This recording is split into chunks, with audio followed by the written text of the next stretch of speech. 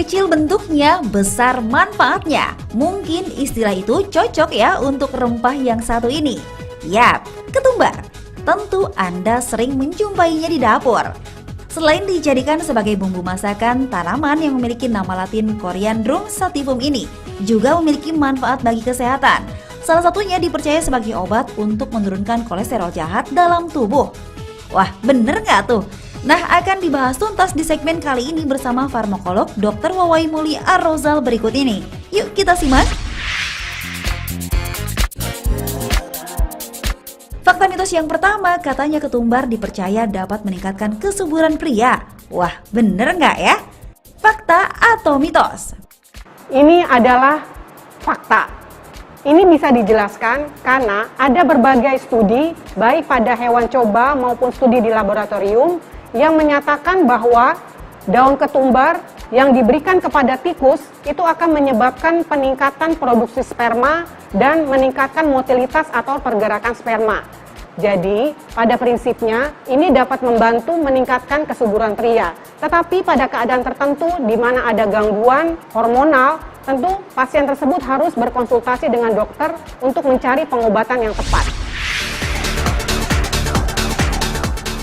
Tampil menawan dan menjadi pusat perhatian tentu menjadi keinginan setiap orang. Melakukan olahraga dan juga diet menjadi hal yang rutin dilakukan untuk menurunkan berat badan. Tapi ada juga loh yang lebih memilih mengkonsumsi ketumbar karena katanya ketumbar dipercaya ampuh dapat menurunkan berat badan. Wah, bener nggak ya? Fakta atau mitos? Itu mitos. Banyak sekali mitos-mitos yang beredar di masyarakat bahwa berbagai daun herbal atau tumbuh-tumbuhan dapat menurunkan berat badan. Hal ini harus diwaspadai. Mengapa demikian? Karena yang paling utama dalam menurunkan berat badan, kita harus menjaga asupan gizi kita dengan makanan yang seimbang, dan yang lebih penting lagi, kita harus melakukan exercise atau olahraga yang teratur. Kolesterol merupakan lemak yang ada dalam tubuh, di mana kolesterol sendiri memiliki manfaat bagi tubuh. Salah satunya menjaga fungsi otak. Namun jika kolesterol dalam tubuh meningkat, tidak menutup kemungkinan akan mendatangkan penyakit serius. Salah satunya adalah stroke. Nah, fakta atau mitos ya kalau katanya ketumbar dipercaya dapat menurunkan kolesterol jahat pada tubuh? Yang ini adalah fakta. Hal ini bisa dijelaskan karena di dalam kandungan yang terdapat di dalam baik itu daun ketumbar maupun biji ketumbar mengandung zat-zat aktif yang dapat menurunkan kadar kolesterol jahat. Dalam hal ini adalah menurunkan trigliserida dan menurunkan LDL. Ini bisa dijelaskan karena daun ketumbar ataupun biji ketumbar dapat menyebabkan peningkatan destruksi atau penghancuran kolesterol yang kemudian akan diekskresi melalui tinja. Cuaca sudah mulai tak menentu nih. Ayo jangan sampai sakit ya. Saat musim hujan datang, flu tentu bisa datang menyerang saat daya tahan tubuh sedang lemah. Istirahat yang cukup dan mengkonsumsi obat menjadi hal yang perlu dilakukan. Fakta atau mitos kalau katanya ketumbar dapat digunakan untuk mengobati batuk dan pilek? Yang ini bisa dibilang fakta. Mengapa demikian? Batuk, pilek lebih sering disebabkan oleh virus. Kita tahu bahwa virus dapat sembuh sendiri dengan mengandalkan daya tahan tubuh kita. Daun ketumbar ataupun biji ketumbar mampu meningkatkan memodulasi daya tahan tubuh kita sehingga kita menjadi lebih cepat sembuh dan sukar untuk terinfeksi virus untuk berikutnya. Anemia merupakan kondisi ketika jumlah sel darah merah lebih rendah dari jumlah normal. Pusing, mudah lelah dan sesak nafas seringkali dialami oleh orang dengan anemia. Selain mengkonsumsi obat, ada juga loh yang mencoba mengkonsumsi ramuan tradisional, salah satunya adalah ketumbar. Karena katanya ketumbar dipercaya mencegah anemia. Apa ya kata Dr. Wawai Muli, fakta atau mitos? Yang ini mitos. Mengapa demikian? Meskipun di dalam daun ketumbar ataupun di dalam biji ketumbar tergandung banyak Fe atau zat besi, tetapi kandungannya hanya sedikit, tidak cukup untuk memenuhi kebutuhan zat besi di dalam tubuh. Kita menganjurkan bila pada orang-orang yang membutuhkan Fe yang cukup tinggi, bisa dikonsumsi oleh sayur-sayuran atau buah-buahan atau protein hewani yang lebih banyak mengandung zat Fe dibandingkan dengan daun ketumbar.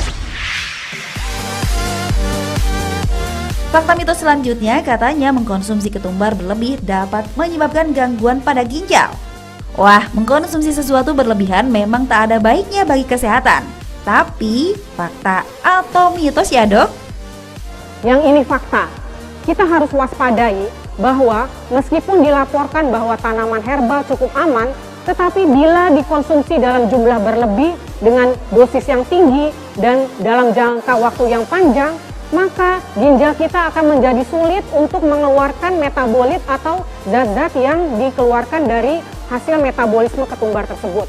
Apalagi kalau memang kita mempunyai gangguan fungsi ginjal, kita harus membatasi daun ketumbar ataupun zat-zat herbal lain karena berpotensi dapat menyebabkan kerusakan ginjal lebih lanjut. Jangan makan nasi panas, gulanya sedikit saja. Ayo, bagi Anda penderita diabetes tentu tak asing dengan peringatan seperti itu. Mengubah pola hidup menjadi lebih sehat tentu menjadi keharusan agar kadar gula Anda tak meningkat. Selain itu, Anda juga bisa mencoba mengkonsumsi ketumbar karena katanya bisa digunakan untuk obat diabetes. Fakta atau mitos ya? Yuk tanya lagi pada Dr. Wawai Muli. Ini fakta.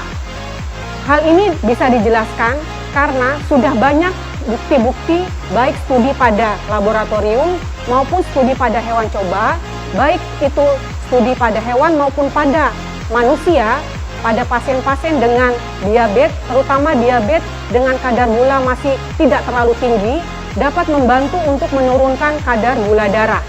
Ini bisa dijelaskan karena kandungan zat aktif yang terdapat di dalam daun ketumbar ataupun biji ketumbar dapat menyebabkan penggunaan atau utilisasi glukosa di dalam hati itu menjadi lebih meningkat, sehingga kadar glukosa yang beredar di dalam darah akan turun karena dia masuk ke dalam jaringan, dalam hal ini ke dalam hati. Pemirsa, bagi Anda yang ingin mencoba ketumbar untuk manfaat kesehatan, coba simak dulu tipsnya berikut ini. Untuk mengkonsumsi ketumbar, kita bisa menggunakan dua cara.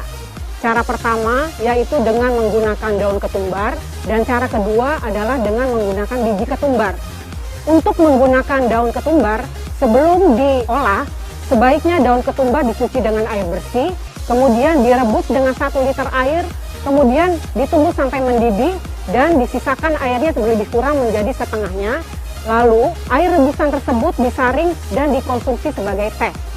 Bila kita mengkonsumsi dalam bentuk biji ketumbar, lebih kurang 1 sendok makan biji ketumbar dituang ke dalam 1 liter air, kemudian didihkan, dan air rebusannya juga bisa digunakan sebagai konsumsi untuk teh.